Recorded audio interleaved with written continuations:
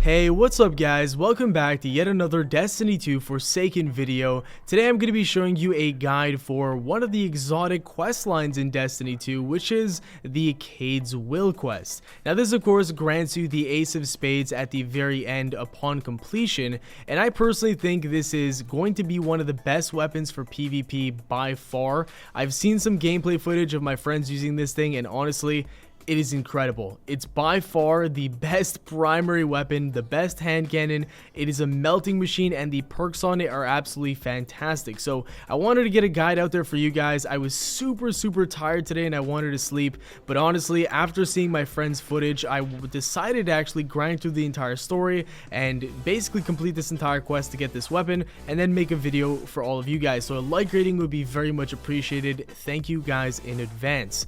Very first thing you want to do is pick up this quest from Banshee, aka the Gunsmith. Once you have that quest, it'll basically say you have to kill or track down Aldrin, and that's when you have to finish the entire campaign. Once you do so and the credits roll, a few seconds later you're going to get an exotic update like I just did right there, and it's going to tell you to return back to the Gunsmith. So go ahead, go back to the tower and talk to the Gunsmith, and what he'll have is the next step in the actual quest line.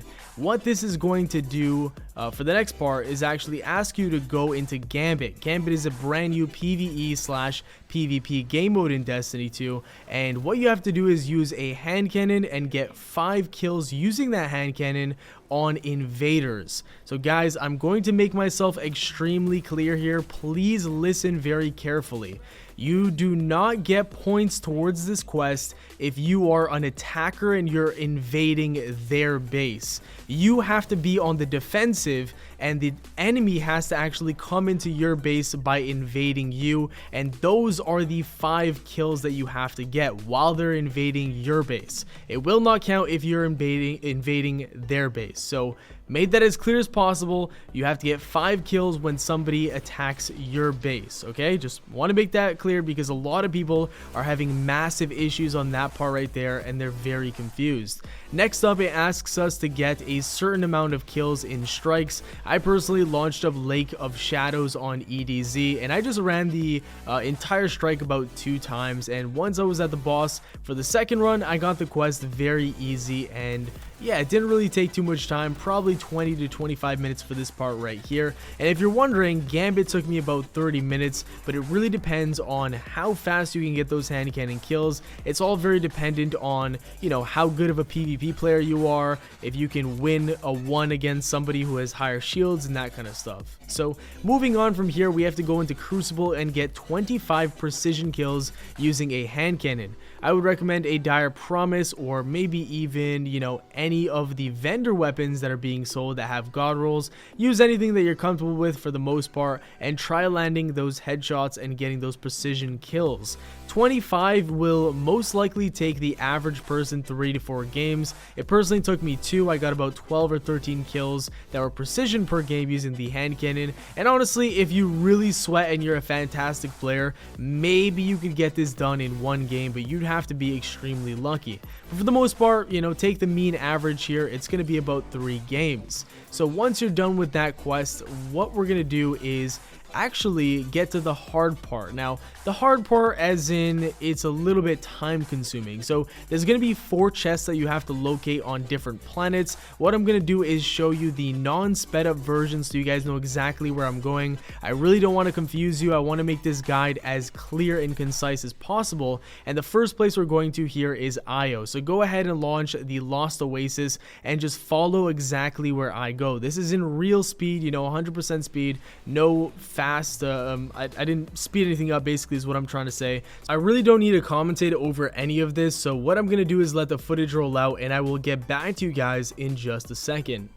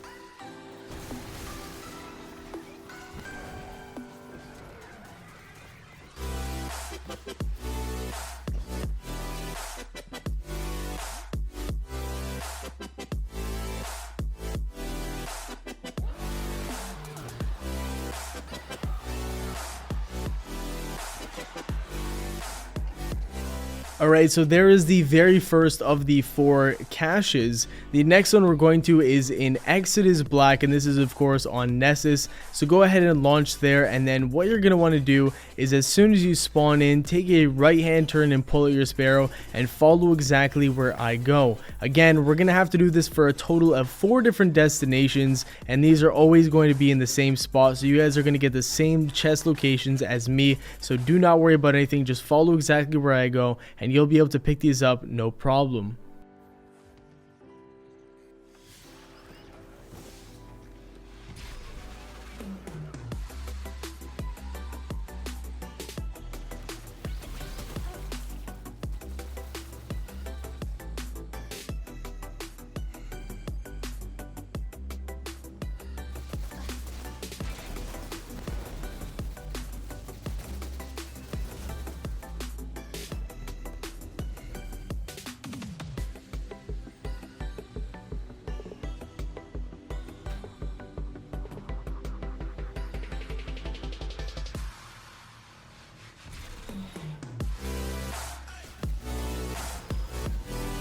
Alright, so we've made it to the Sunken Cavern, and this is exactly where the chest will be located on Nessus. Now, as you can see, you jump up here, and it's just located behind this little wall that's kind of hiding it. It's actually a really good spot now that I think about it. But yeah, so that was the Nessus one right there. We're going to move on to Earth on EDZ. Now, this one is in Sunken Isle, so go ahead and fast travel there, and like always, just follow exactly where I go with my sparrow. This one's a little bit longer, but not quite as long as the final one that I'm going to be showing you guys, which is on the brand new destination.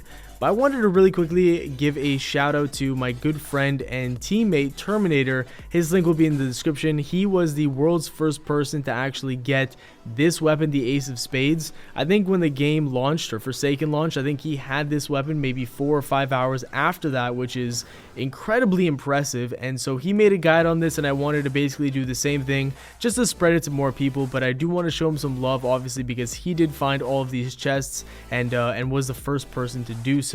But anyways, guys, we're gonna keep it going here, and I will catch up with you guys in a second.